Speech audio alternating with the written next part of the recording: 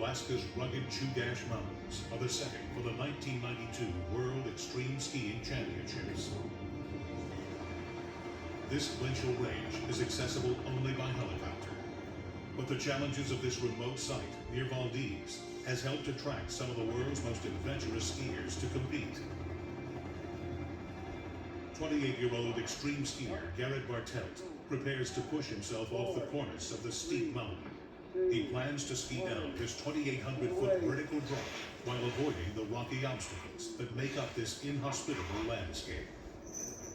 As the judges keep their binoculars trained on his every move, Garrett takes the plunge. But suddenly, his plan to break a world's record in extreme skiing is shattered.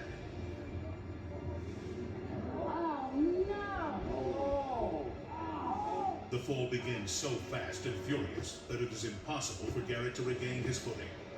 Oh God, he's in deep trouble. Ski patrolman Tim Conlon sees Garrett fall and takes off down the slope after him. I knew that Garrett was in big trouble. This is horrifying. It just makes you sick, nauseous, because you know he can't self-arrest at this point. He's tumbling. You're just thinking the worst. After what seems like an eternity, Garrett comes to a stop. As Tim reaches Garrett, he too falls on the steep slope. I thought for sure that he had multiple injuries, internal injuries. I didn't know if he was conscious at that point. He was just kind of in a pile, slumped over. And I remember I had to get around the bottom of him to see his face. Then Garrett lifts his head. He's still alive, but severely injured. Tim knows they must get Garrett to a hospital fast, but hauling him off the steep mountain slope is going to be very difficult. Well, it was cold that day, real cold. He had snow packed in all of his clothing, and both of his gloves and his hat and goggles had blown off, so I was immediately started thinking about hypothermia. Tim sees Garrett has an enormous gash on his head.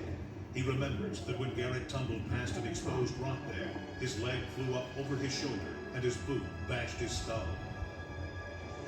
Tim immediately wraps Garrett's head wound in bandages. Another ski patroller radios for assistance. He called on the radio for a backboard and a toboggan and some oxygen and a leg spring. It takes 7 minutes just to pull the toboggan over to Garrett. Back at the base camp, a helicopter loads up to transport Garrett off the mountain. Meanwhile, Tim and the others get Garrett ready by putting him on a backboard and bundling him up even more. Gusts of icy Alaskan wind cut across the landscape like knives. And when the helicopter arrives, the pilot realizes the slope is too steep to land. Tim and his team must now pull Garrett down the mountain to an area where the helicopter can set down. After being loaded in, Garrett is airlifted to the hospital. There, he receives stitches and a cast for a broken leg. While recuperating, Garrett sees the videotape of his incredible fall and relives his close brush with death. Oh, I feel lucky in a certain sense. I mean, I could have died from that. It's definitely a bad enough crash to die from. Garrett's tumultuous journey began perfectly, but just as he skied over the first crest, he lost control.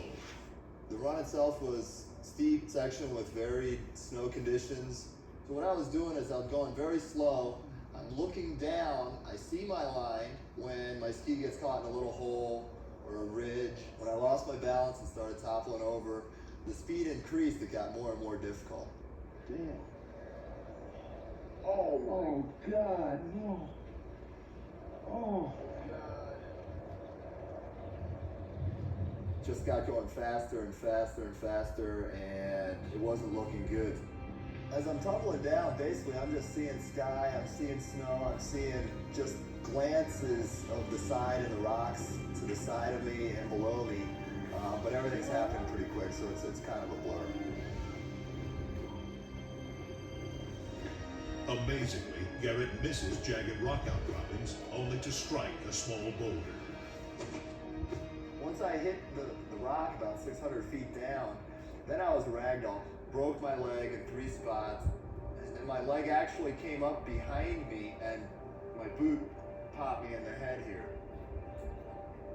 If I was to do anything differently, a competition, I would have came in, not worry about fluidity and points quite as much as the controlled. Tim Coughlin and his fellow rescue team members visiting from Crested Butte, Colorado, also learned from the experience. We learned how to pre-position and do planning before the event so that every base is covered. It's a miracle Garrett even survived, and incredibly, he was back out on the slopes just 6 months later. Garret Bartelt is determined to push the envelope in everything he does. But then again, he's extreme about a lot of things, no matter what the risk.